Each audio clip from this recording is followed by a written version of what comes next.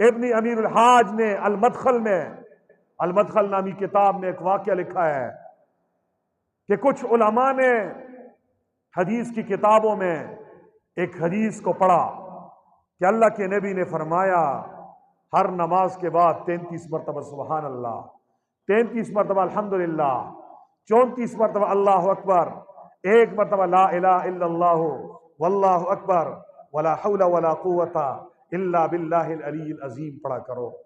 چنانچہ اس کی فضیلت کو جب ان محدثین نے پڑھا، انہوں نے کیا کیا؟ انہوں نے کہا ثواب کا کام ہے، ہر نماز کے بعد 33 کے بجائے 100 مرتبہ انہوں نے ان تسبیحات کو پڑھنا شروع کیا۔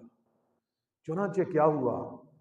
ایک دن کیا دیکھتے ہیں، رات کو سوتے ہیں، ایک محدث خواب دیکھتا ہے۔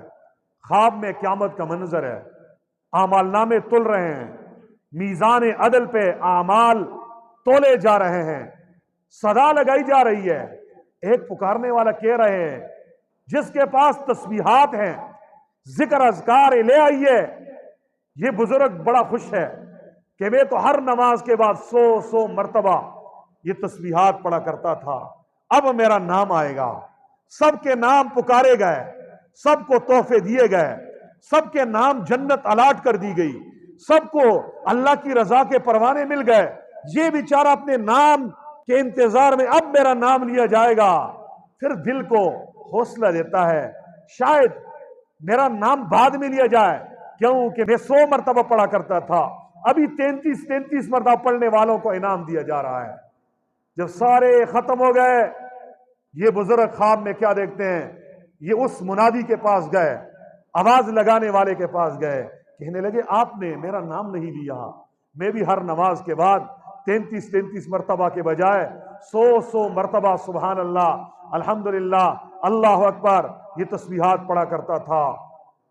چنانچہ وہ خواب میں وہ منادی کہنے لگا تیرا نام اللہ کے دربار میں قبول نہیں ہے، کیوں؟